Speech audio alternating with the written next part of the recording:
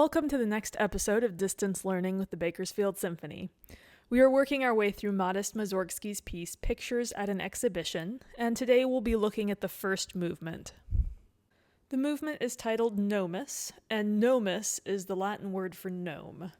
Victor Hartmann created a drawing or painting or design of a gnome, and that's what Mussorgsky based the music on.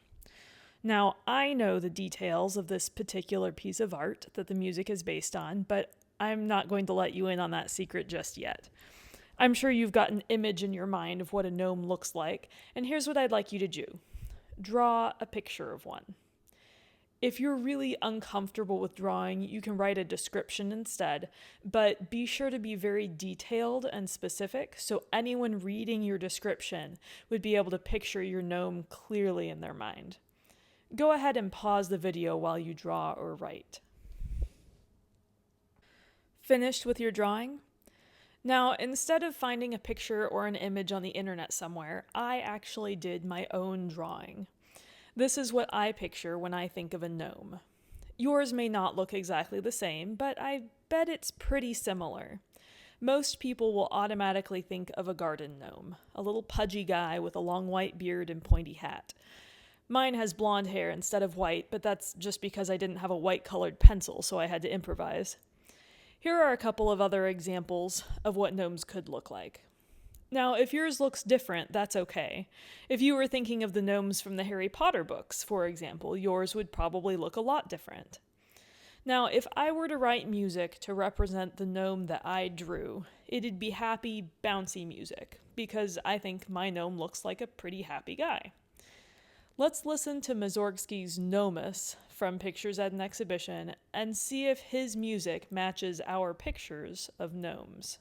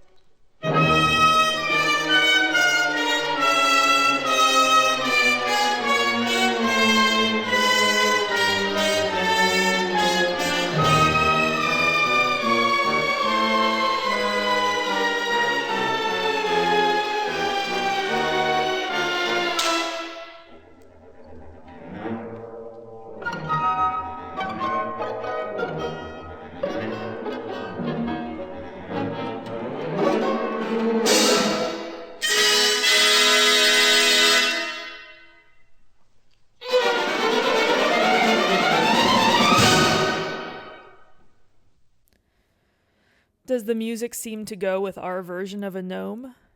Not even a little bit. Obviously, whatever gnome was in Hartmann's artwork, it wasn't anything like our garden gnomes. Mussorgsky's music was a little alarming, surprising and off-kilter, sometimes frantic and sometimes really creepy. We're going to draw a second picture now, and I want you to draw this one to be what you think the gnome that Mussorgsky based his music on actually looked like. And once again, if you'd rather write a description instead of drawing a picture, you're welcome to do that instead.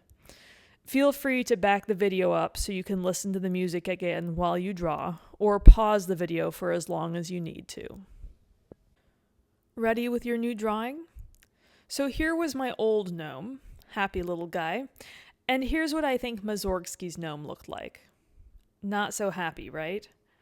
Now, unfortunately, we don't have the actual gnome picture that Mussorgsky based his music on, but there is a description. The drawing was a design for a nutcracker in the form of a gnome with large teeth, and it was depicted running clumsily with crooked legs. Being the creator of this video, I took some help from this description when I made my second drawing, which is kind of cheating, I know, but you can see I gave my gnome large teeth and crooked legs. Can you imagine this thing, or the gnome from your own drawing, lurching and scurrying around as you listen to the music?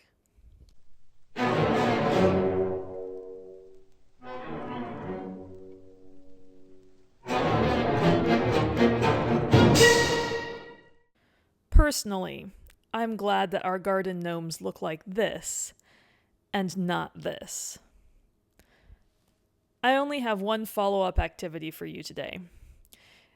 If the Gnomus music was telling a story instead of describing a picture, what sorts of things would be happening in this story?